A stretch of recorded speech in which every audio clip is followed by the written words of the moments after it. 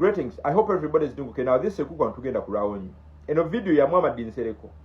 Ne banne bwe basharinga mindset ekike kimu. Ngamba ka group ke konna nga bwe katagenda kuddambya bufuzi bya Uganda. Muhammad Nsereko ine ekintu kyotambuza ennaku zino. Oyina preemptive talk gyotambuza ku live kwosinga okubeera. Ogezaako kubanga asiga ekifaananyi mbukwe bigenda okujja maaso. Ekintu kyokola kigezaako kumatiza banna Uganda na kubakkirizisa outcome ziyinza kuva mu kalulu ka 2026. Eyo ye move yo. Feno twakagitegeera nti gwe gwali omulimu. Oluvannyuma lwa General Museveni okugamba nti tagenda kukozesa mu kalulu ke tugenda mwaka 2026.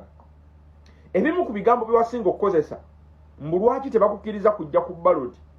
Mbu General Museveni yali atudde omuntu alina ideas, mbu abasigadde tebalina ideas. Bibya ne bigambo bwana Nsereko. Ka group ko konna ak'abantu abaluddewo ennyo abatuuka n'okufaanana Museveni. Ekintu ekyo mukyekwasa nnyo mbu mulina ideas. Katukitemmeteme. Let me dilute that.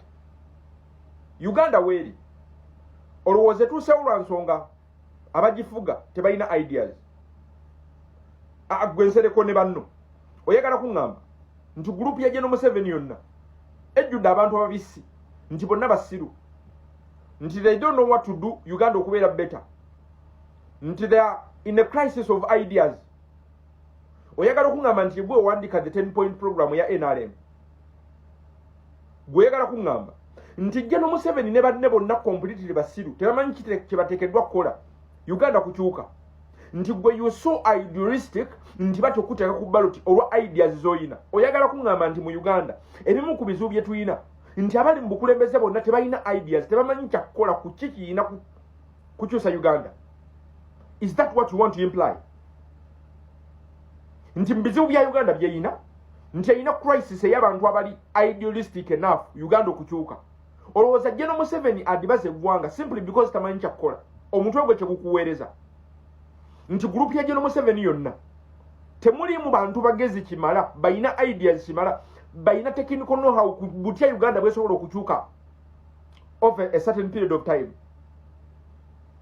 10-point program bagiwandiika bano ba Museveni ng'esobola okukyusa Uganda. Yes, omanyi ekya General Museveni kyalakinze ebbanga lyonna, the will to do the right. Nti General Museveni abadde mukazi obulamu bwe bwonna tamanyi bw'oyimiriranga musajja to make the hardest decisions.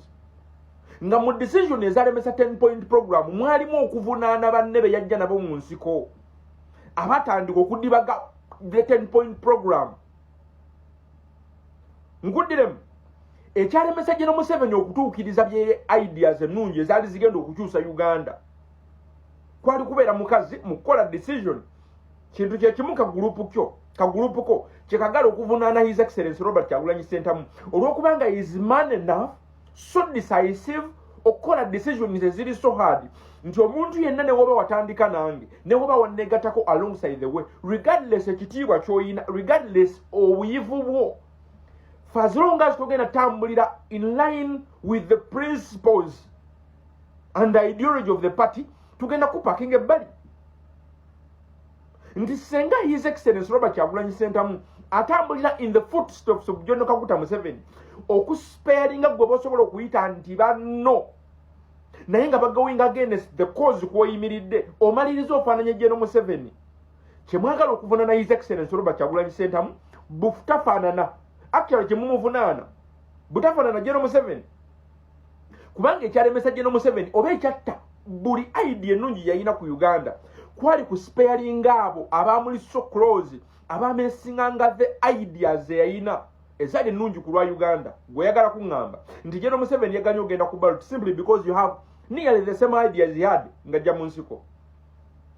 Omutwe gwe kyekukuweereza, then you are weak. Omutwe gwe guba bwe gutyo kugamba.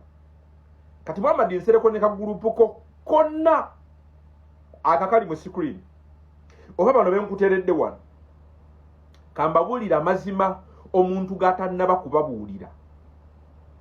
Oyo mwami amulaba ali mu screen oyo ekintu kyafuuse mu kaseera akatono ennyo ne bwe muliba mufa tewali yadde alikifuuka an inch of it.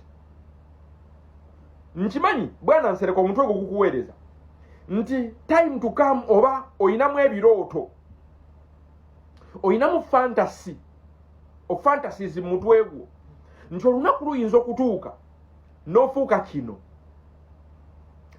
Oyinamu okukuyaayaana mu mutima gwo that false hope ekulowoozesa nti edde will come nga yegwali bino. Mpulirizamu mu kagulupu konna kw'obadde nako mu byobufuzi kino tewali agenda kukifuuka newe muliba mufa. Mark my words. Nsereko ne gurupu yo kino kiraba wano mu kagulupu kammwe teri yadde alifuuka an inch of it. Ekisinga okubaluma Nsereko nti omwami ono yafuuka kye yafuuka in the shortest period of time. Yatuukiriza ebirooto byonna bye mwayina mu byobufuzi yabituukako in a very short period of time n'abitayimuzingamu times 100. Ekyo kibaluma mu banno bonna yegwa kyalina belief nti okyasobola okufuuka ono omwami kye yafuuka. Oli wa ddembe okuloota ekirooto kye eky'entiisa. Oli wa ddembe okuenjoyinga wet dream yo naye ndi wano kubuulira mazima gali plain. Nsereko ne bw'oliba ofa you'll never have this in your entire life. Sigo weka ne kagulupu ko konna you'll never have this in your entire lives. Kino kiraba kino tebakisomerera kino tebakikolerera nnyo. Ebitundu 8 kino kitonde. It's in nature. It's in line of mother nature.